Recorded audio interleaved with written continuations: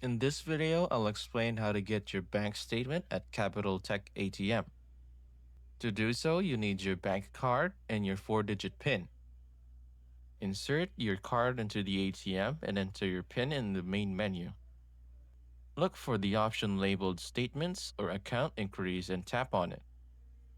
You can view or print your bank statement.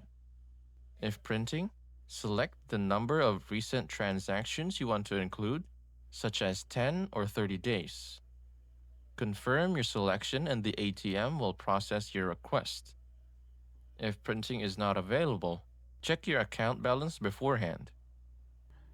You can use the Capital mobile app to email a digital statement, visit your nearest branch for a printed statement, and contact Sitch customer service for further assistance.